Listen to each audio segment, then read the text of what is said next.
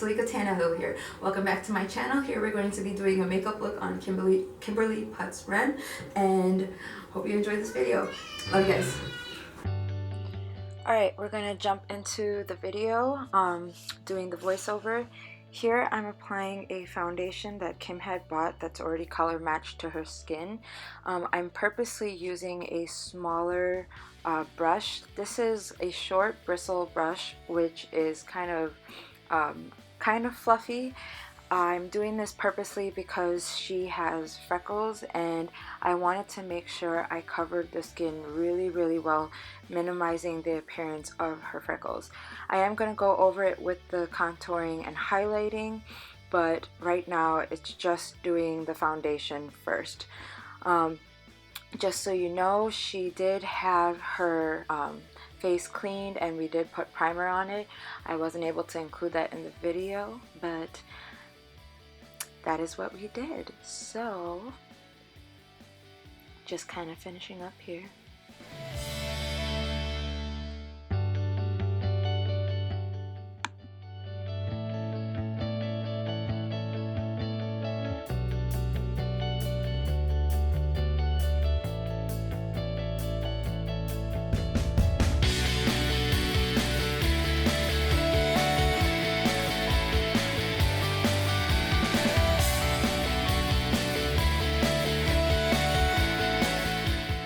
Okay, here I'm applying the translucent powder to set her foundation makeup.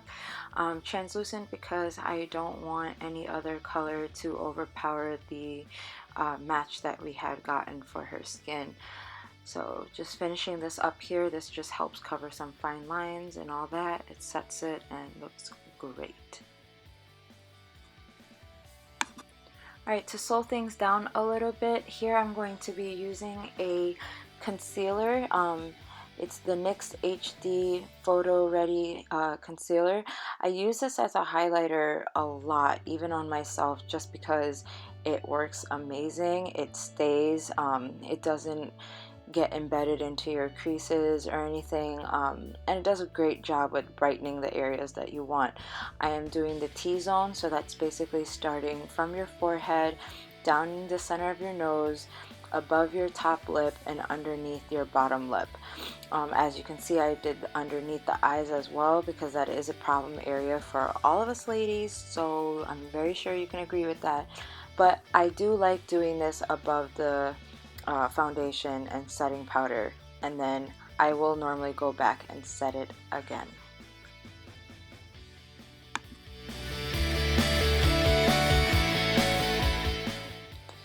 Alright, so here I'm picking up some bronzer. I'm doing a really light bronzer. It's kind of matte but with a bit of a sheen to it. Again, to slow it down, just to show you the technique I'm using, I kind of apply it in the edges of her cheekbone and then I just blend it into a circular motion because you don't want any fallouts on your jawline. That does happen a lot when you're applying any type of contouring. Cream contours don't really do that. They're a lot easier to control, but with the powder contour you definitely want to make sure you're blending it really well. I like to go ahead and hit all the areas underneath the jaw as well as the neckline, because just like foundation, you don't want to leave a mask. You want it to blend in, so you should make sure everything kind of moves down into the neckline. It just looks a lot more finished and refined and just gives you great color and contouring throughout the face and neck. And we're hitting up temples, the forehead, and the underneath the chin. So yeah, forgot that little bit.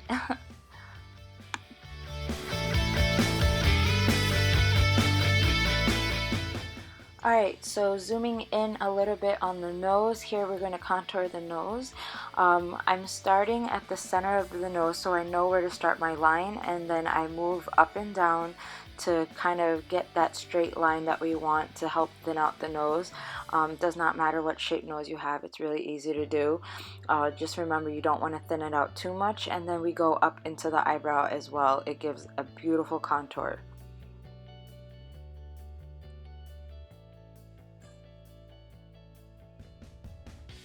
And here we're also just doing a couple of touch-ups. So it's just a little bit of a translucent blush that I have. It's like a luminance type of blush. It's a very mild, it's like a very mild pink with a lot of highlight and glow to it. So I'm just touching those at the apple of the cheeks and the highlighted T-zone. And we're just blending it in. Blend, blend, blend. Blending is your best friend. Anything that looks harsh, when you blend it, it just helps smoothen it out. It makes it look a lot more natural. So do not forget to blend, my love.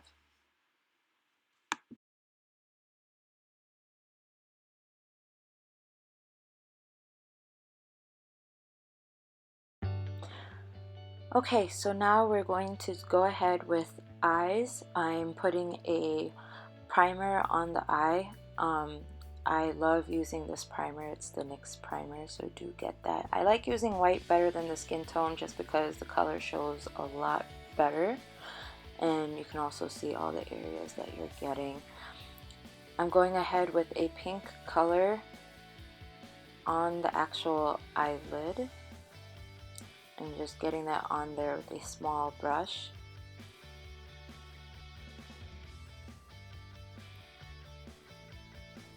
I'm just doing like a regular speed video here just because I really want you to see that investing the time to do it right makes a world's difference of applying and blending, applying and blending, applying and blending, because when you just put it on in one stroke, it really doesn't do it justice and it ends up being a lot more sloppy and messy. So you really want to take your time with doing it because it does make a world's difference, trust me.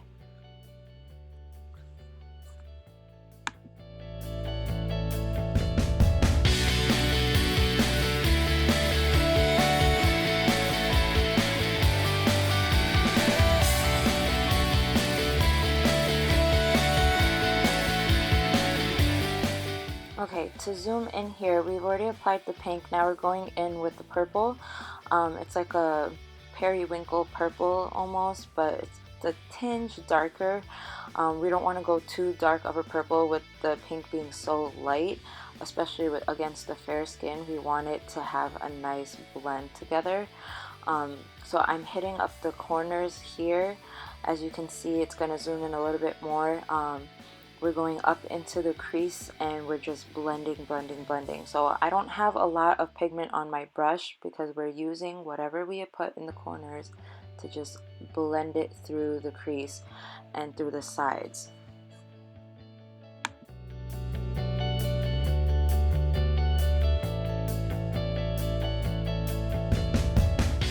Okay, so now we're going to go ahead and touch up the highlights on the eyes.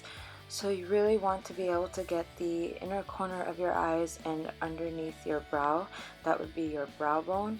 I normally like to either use an off-white, an eggshell, like pearly type of color, because this way it gives you that highlight with whatever way the lighting is hitting you, whether you're indoors or outdoors. It really catches really nicely. And you want something that has a bit of a sheen, kind of like the one that's on her cheek. It kind of matches. So a lot of times I'll kind of use the same highlighter in all the spots, but I'll still put a different highlight on my brow bone just because it makes it pop more. So you can mix and match whatever you want. You want to use the same product, that's great, but I like to kind of mix it up because it helps all the colors kind of blend well and just makes it pop really, really beautifully. And also note, I'm not going to be doing her eyebrows because her eyebrows are natural, so up close they're shaped really nicely. It wasn't something I needed to really mess with, and I didn't want to fill them in, especially with how light the colors we were using. It would have been too harsh on her face for this particular look.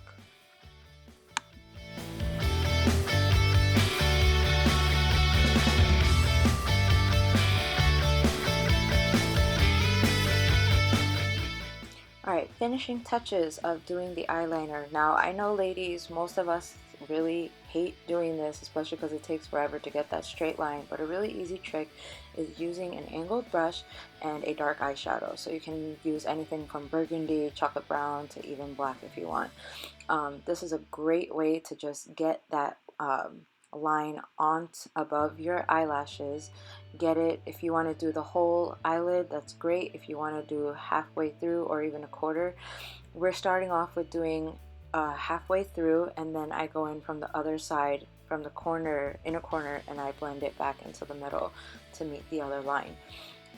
This is a really easy way of doing a hint of an eyeliner. So this way you do see it, especially when you're using light colors with these eyeshadows, where you want it to look natural but have a little bit of that, you know, feeling that you have makeup on. This is a really great way to achieve that look. I absolutely love this because whenever I'm in a rush, this is what I do too.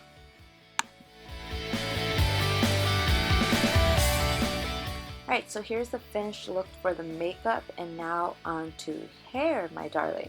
So we're going to be doing something that she can rock for work, because that's where she was headed after this, and then she had a couple of other errands to run after work. So we want this to stay all day. Even if she wanted to sleep in this, I guarantee you it would have stayed, and she would have been able to rock it the next day if she wanted to. But what I'm doing is I'm putting all of her hair up. She was complaining that she didn't like the way her hair was growing out due to her two-tone coloring, and I told her that when you pull out your bangs, it hides where your roots are growing out. So if you're going through that and you at the last minute cannot dye your hair or anything like that, this totally works when you need to put your hair up. Is let out that bang and then tie it up nice and tight, and you're basically going to start off like doing a ponytail, as you can see here.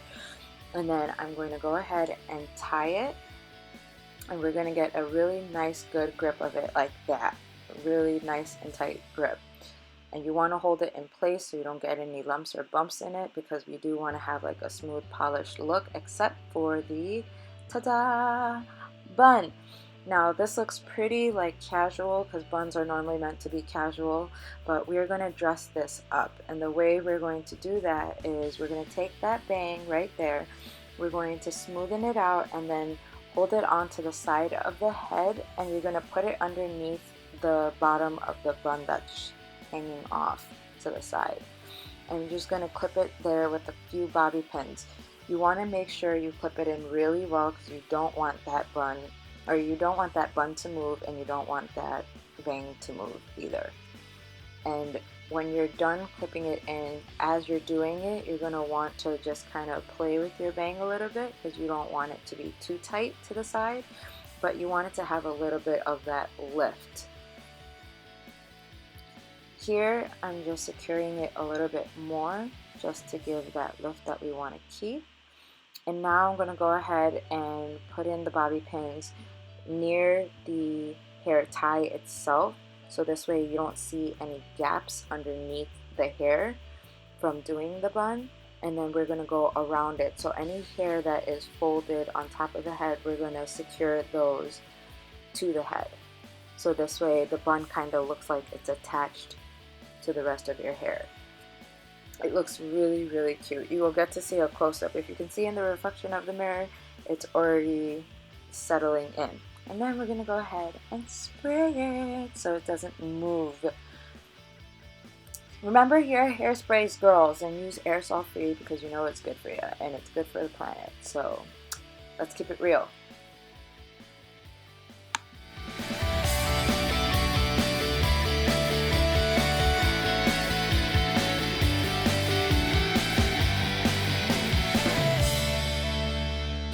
Alright, so here is Kimmy's look.